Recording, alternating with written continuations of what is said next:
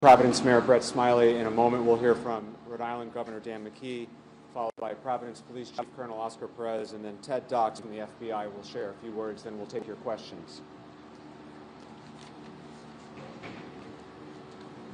We are able to report that we have detained a person of interest involved in yesterday's shooting. Colonel Perez will speak in a minute about that update.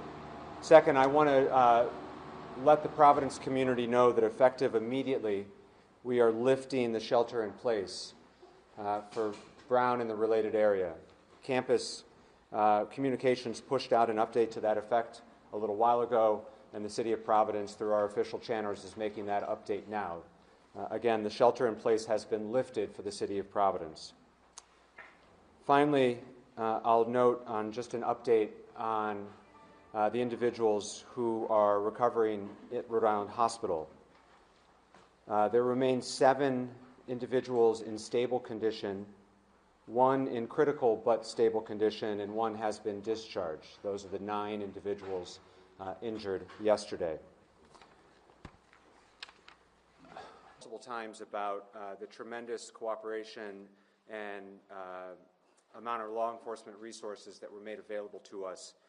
And I want to offer my profound thanks to all the hardworking men and women in law enforcement who worked through the night to be able to get us to this point where we can confirm that there is a person of interest who has been detained.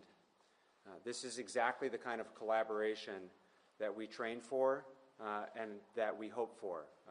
Our partnership with the FBI, with the state police, and obviously the heroic actions of the Providence Police have brought us to this point, but it is with sincere gratitude that we have for our law enforcement partners who work so closely together, seamlessly, throughout the evening and into the morning. At this point, I'll ask Governor McKee to say a few words, and then we'll hear from the Colonel and from the FBI, and we'll take your questions. Governor?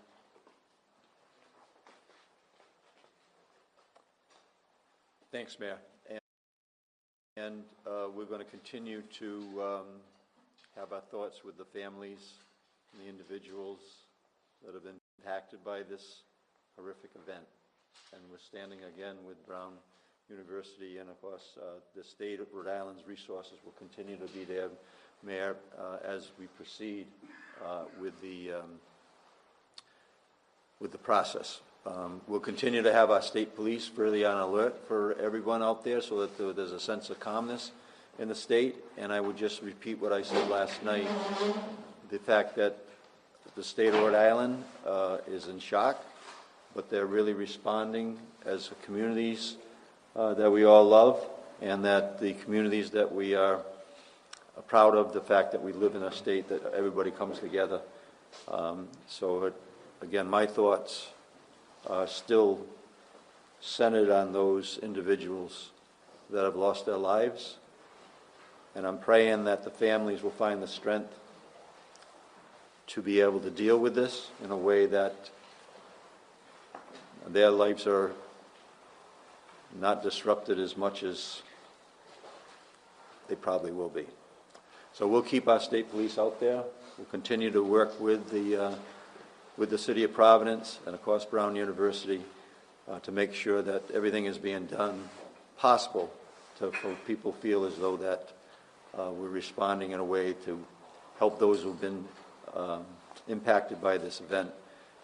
And we'll continue to stand with you as time goes on. Thank you, Governor. Now we'll hear from Colonel Oscar Perez, Providence Police.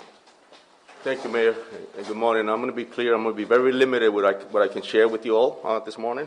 Again, my condolences and thoughts and prayers with the families that were impacted by these actions.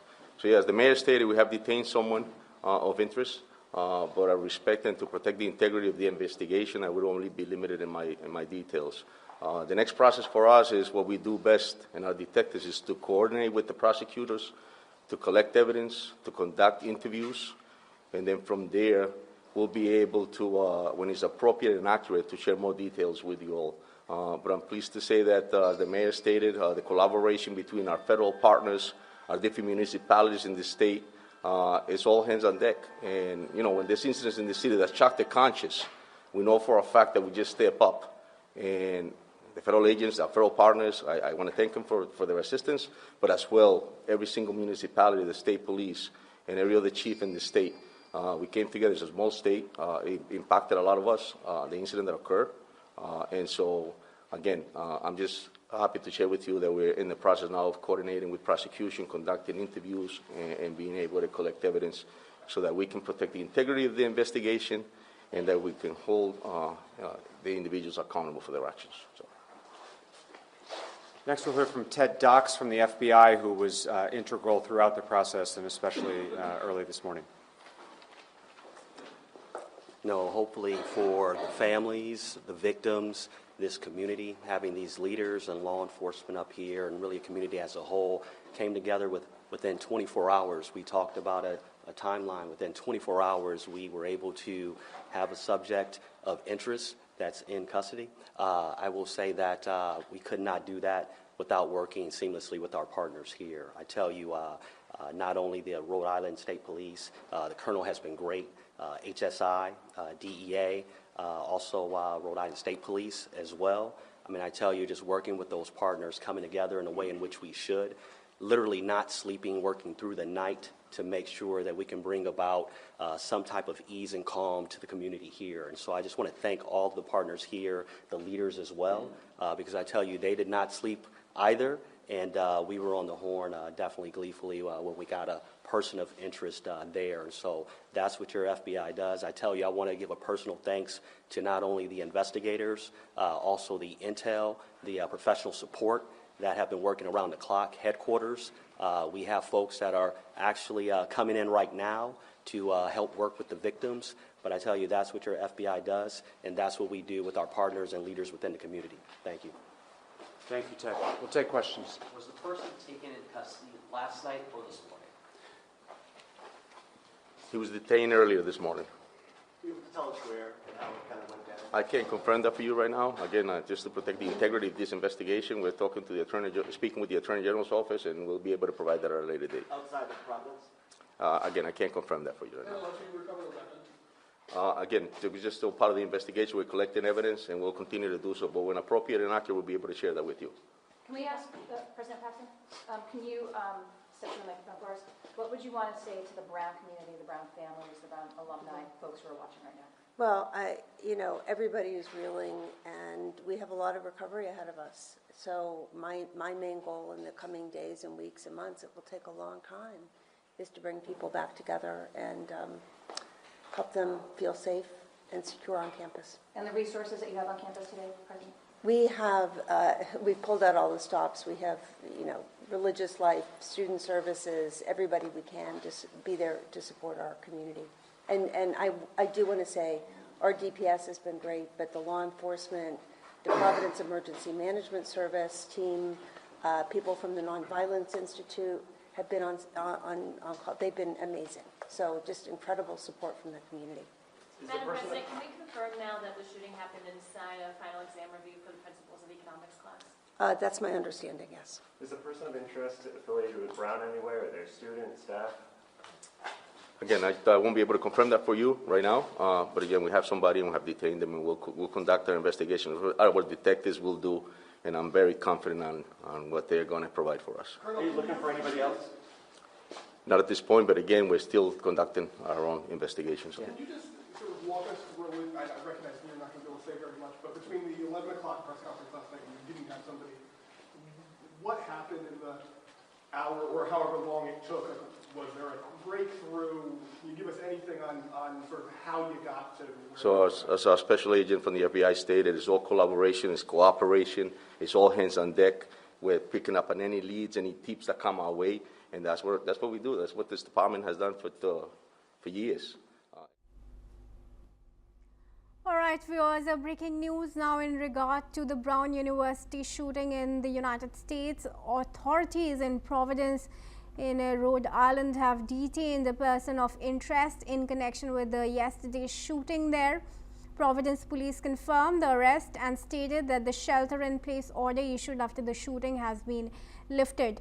2 people were killed and several were critically injured in a shooting there. Of those injured, 7 are in stable condition. 1 is critical but stable, and 1 has been discharged. This was after a man dressed in black opened fire on the first floor classroom of the Barris and Hawley building, which houses the engineering and physics departments. And I now request all right, before I go to my guest joining us in this discussion, viewers, let's tell you some crucial details that are coming in regard to the Brown University shooting. Providence police have detained a person of interest, and the Providence's chief public information officer for public safety, Christy Doris, has said that the person of interest was in police custody after the shooting at the Providence University. Brown said in an advisory on Sunday that the police had also lifted a shelter-in-place order for its campus in Rhode Island. As of now, more than 400 law enforcement personnel were deployed as the police sought a suspect who had entered the building where students were taking exams with a firearm. And now I'd request Madhav Nalapat, who's the editorial director at the Sunday Garden, to join us in this discussion here. All right, I thank you, Mr. Nalapat, for joining me here at NewsX World. Now, of course, almost 24 hours later, a person of interest has been detained. We don't have any information about that person as of now, no information revealed by the police. We just heard the press briefing, but significant questions continue to be raised on the liberal gun laws in the United States. What do you think is preventing US from tightening its gun laws? Look, there's no question that tightening gun law is absolutely essential. Otherwise, now in the US, for example, there's an ocean of guns there. I think there are more guns per people in the United States, and that is a terrifying situation. You don't know who can pull a gun at the grocery store or at the hotel or wherever you are. Australia is slightly better, but definitely I can tell you that this terrible lapse on the part of security services, it is very unfortunate, and people of a community that has suffered and suffered and suffered across the centuries, especially in the last decade, when they were subjected to the psychotic rule of Adolf Hitler, who wanted to eliminate the Jewish people purely on account of their faith from the whole of Europe. The Jewish people are among the most talented in the world.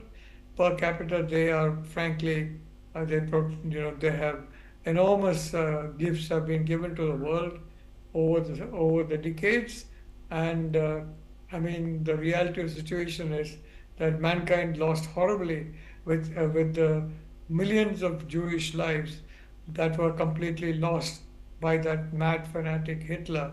So I hope, and this in Bondi Beach, I'm happy to say, at least from social media reports, I can say that 2 brave individuals who were there, close to that particular Hanukkah get together by the way to celebrate peace.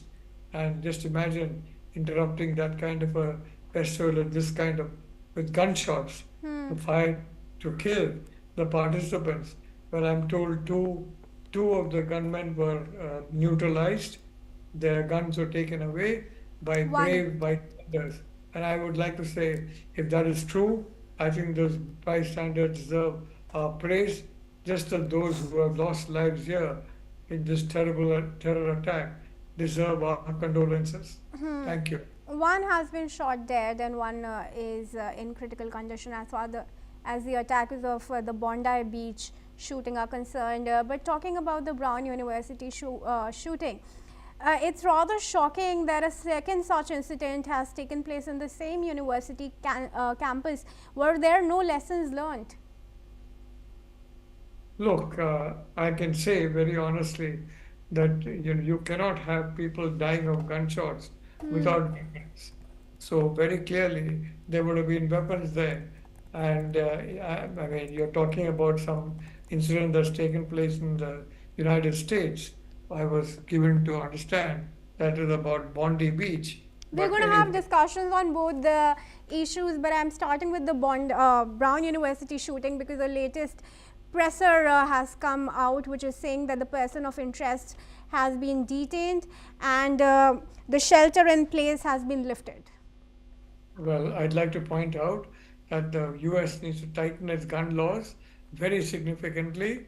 There are too many guns in the United States, and unfortunately, there are too many psychologically challenged individuals in the United States.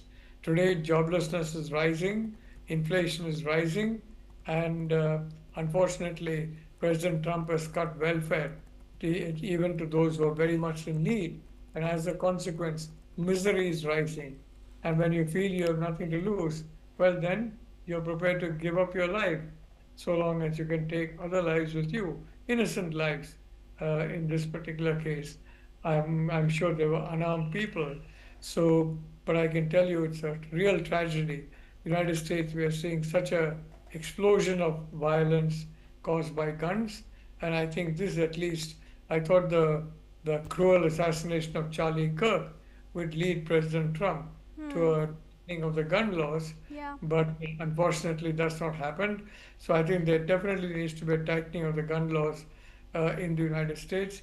As of now, they are way too liberal, and they were made even more liberal by President Trump, which is the opposite of what he needed to do. Thank you.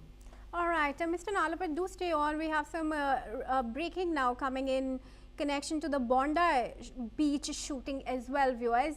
Let's tell you a report in the Australian local media is saying that one of the shooters has been identified, and the man has been identified as one Naveed Akram. He is reportedly a resident of the suburb of Pontyrig in southwest Sydney. The report also says that it is not clear at this point of time whether or not Naveed was the shooter who was gunned down by the police at the site of the incident. It is also being reported that Mr. Akram's home is being raided by police today, and that an explosive device has been recovered from a car linked to one of the shooters. And I now request Mr. Nalapit to join us back into the discussion here. Mr. Nalapit, indeed, shocking incident surfacing also from Bondi Beach, like you said, especially at a place where Jews have gathered to celebrate the first day of Hanukkah. This is coming after, warnings have been issued to the Australian authorities about a possible such attack. A rabbi has issued a statement saying that the attack was entirely foreseeable. The warnings were issued, but no action was taken in this regard. Anthony, the Australian Prime Minister Albanese, beg your pardon, has said that it stands with the Jewish community. But would you say it's too little, too late? Look, the sad truth is that politicians prefer to be, politically correct rather than correct. And in fact, quite often, when you're just politically correct, you lose lives. If you're correct, you always save lives, but they may not be the most popular policies. I think given the immensity of that threat, I think there should have been more strict warnings by the Australian government, which frankly is functioning reasonably well otherwise under Prime Minister Albanese. But I think very frankly that this kind of a ceremony taking place on a very public place like Bondi Beach, where thousands of people sometimes on some days congregate, I think it was a grave error, and I certainly believe that there should have been tighter control and frankly possibly a more strong warning to members of the Jewish community, a community that already suffered so much loss of life, as I said, across the centuries, most especially in the previous decade, when they were sought to be wiped out at huge cost to human civilization. For simple reason is per capita, I don't believe any community has made as big a contribution to human civilization as the Jewish community. Small it may be, but its contributions in science and technology, in biology, in engineering, in literature, in art are fantastic. So it's a real tragedy, and our hearts go out to those who have suffered in this community. And of course, our thanks go to the brave people who intervened and at least prevented some of the gunmen from opening fire. Thank you. All right, thank you, Mr. Nalapit, for your comment there. But do stay on with us. We have some more inputs coming in. Viewers, authorities are responding to the terrorist attack that occurred during the Hanukkah by the Sea celebration at Bondi Beach. The attack, which targeted Jewish Australians on the first day of Hanukkah, has left the nation in shock. 12 have been confirmed dead so far, and 29 individuals have been rushed to hospital. Australian police have confirmed the involvement of at least 2 attackers, with a third potentially still at large. Australian Prime Minister Anthony Albanese condemned the attack as an evil act, promising full protection for Jewish communities. As the investigation continues, Australian police are urging the public to allow law enforcement to carry out their duties and ensure justice is served. Let's listen in to some of the residents. I was just getting ready to go home, and I was packing my bag, got my flip-flops, was ready to catch my bus, and then I started hearing the shots. But at the time we just thought it was like firework or something, or maybe part of the festival that was happening. Then maybe after like, I don't know, 6, 7 shots, we thought, okay, this is weird. And then someone started running, and we all panicked and started running as well. So we left everything behind, like flip-flops, everything. We just ran to the hill. Shots ended, so I must have heard, I don't know, maybe like 40, 50 shots. So we were still unsure what was going on. We just thought maybe it's a false alarm. Maybe it's something about, maybe something happening in the party or the market. And then that's when we heard the police and the ambulances. So then we thought, okay, no, this is serious. So it was a Sunday. I was just out and about, and it was a break from work, so I was just outside. And I heard like some gunshots, and I thought it was fireworks at first. But then I saw a few people around, and shot really long. And I'm like, I gotta be safe, you know. So I just walked around the back, and I just went I stayed around for a bit, but I couldn't leave because my car is somewhere on the main street, so I can't leave. So I'm just here for a bit. And amidst all this, viewers, an Australian hero is being praised for saving countless lives. As you see on the moment on your screen, as danger unfolded, he stepped forward without hesitation. Witnesses say his quick thinking and brave actions helped people escape and prevented further harm.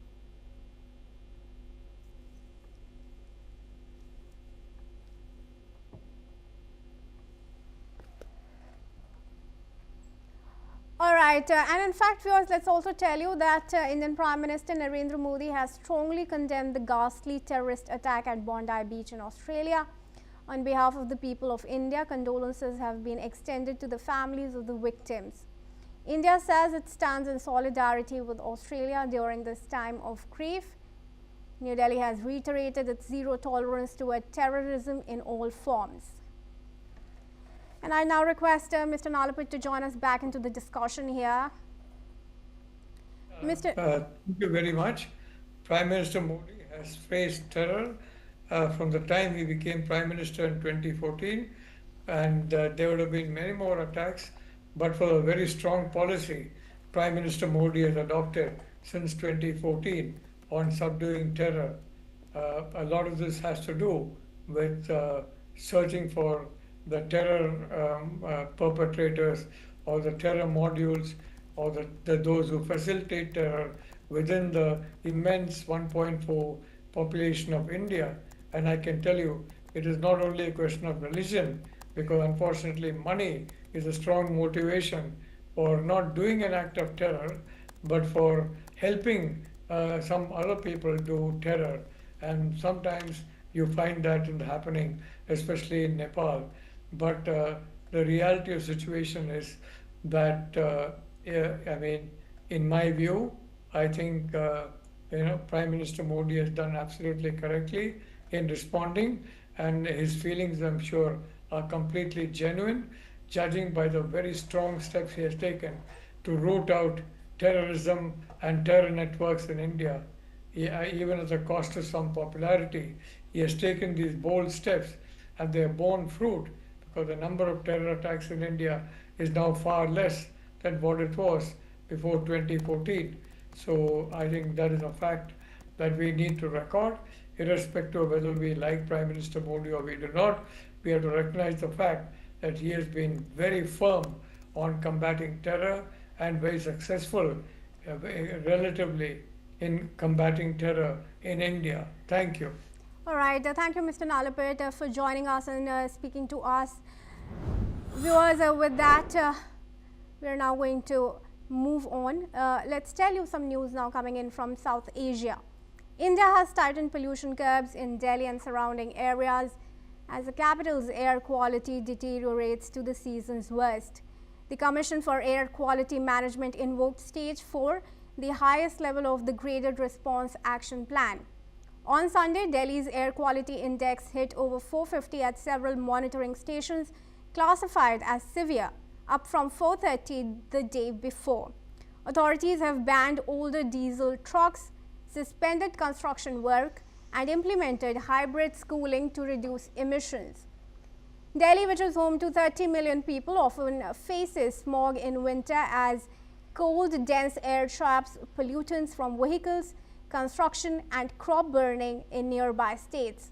Officials have urged residents, especially children and those with respiratory or heart conditions, to stay indoors and wear masks if venturing outside. High moisture levels and shifting winds have worsened pollution, making air quality management a priority for authorities.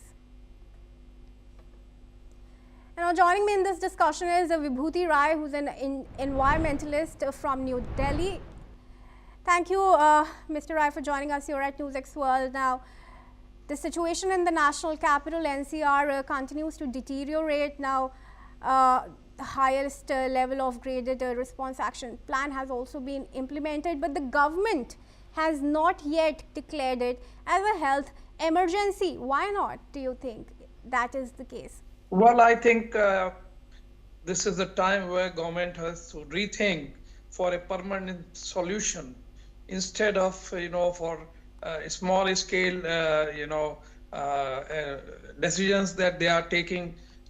It's a good thing that hybrid mode of teaching has been started in schools and colleges just to safeguard the interest of students not getting much of pollution in traveling and in the classrooms. However, it remains to be seen that how the government is going to take Delhi or NCR region in as far as having permanent solution for these 2 to 3 months, that is October to December, when the pollution level is highest. And in the last several years, we have seen that around this time, when the onset of winter is already there, a lot of pollution has been taking place, especially in the urban areas. Delhi has a huge population, and exposure to that level of pollution may lead to permanent health hazard, especially respiratory diseases. We have also come to know that most of the hospitals where treatment for respiratory diseases is being done, they are full to the brim, and no further admitted patients are being allowed because they have limited capacity. I think at this juncture, the government has to disband all the diesel vehicles for 2 months. I know it is not so easy because most of the cargo for cities are brought by these diesel vehicles. I think electrical vehicles or by electrical trains, the goods should be transported to the city limits, and then they should, because diesel vehicles are the biggest pollutants, and vehicles as such are the biggest pollutants. Hardly about 3 to 5% of the vehicles are e-vehicles, and we have to increase that in number in the coming year. And this year, if possible, the parali which is being burnt in the nearby districts of NCR region, that should be taken care of, especially Punjab, and this can lead to reduction of the pollutants. Now, there was an experiment done by IIT Kanpur scientists to have an artificial rain, but that was not very successful. I think some permanent solution should be brought from foreign countries like China, where in Beijing the similar situation was contained within a year, and it was possible to safeguard the lives and health of people. Yeah. All right, thank you, Mr. Rai. I'd like to have a deeper discussion with you, but that's all the time I have. With that, first, let's move on to news now coming in from Bangladesh, which is facing fresh political unrest ahead of national elections due in February. The opposition BNP has held protests against interim leader Mohammad Yunus, demanding improved security after a parliamentary candidate was shot in Dhaka. Sharif Osman Hari, a radical cultural group leader and a key figure in last year's violent July uprising, was critically wounded a day after the poll schedule was announced. The Election Commission has now sought heightened protection for its chief, commissioners and officers nationwide after attacks on election facilities in multiple districts. Polling set now is for February 12. In response, the interim government has launched a nationwide security clampdown called Operation Devil Hunt 2 and says firearms licenses may be issued to candidates as authorities try to stabilize law and order ahead of the vote. And moving on, India has firmly rejected the assertions made by Bangladesh's interim government in a press note dated December 14. The Ministry of External Affairs says that New Delhi supports free, fair and inclusive election in Bangladesh held in a peaceful atmosphere. India has denied any claim that its territory is being used against Bangladesh's interests. It has urged Dhaka to ensure internal law and order and create conditions for peaceful election.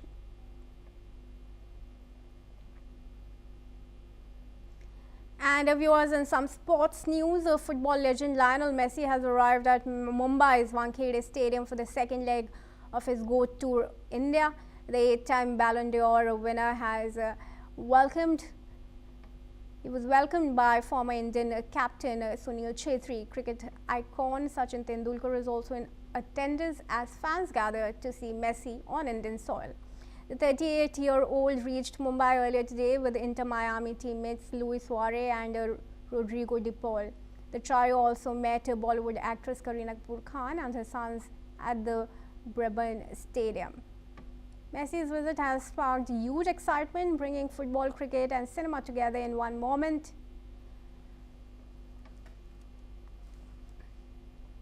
And now some news from Thailand. It has declared a curfew along parts of its southeastern coast as foughting with Cambodia spreads to coastal areas of a disputed border region.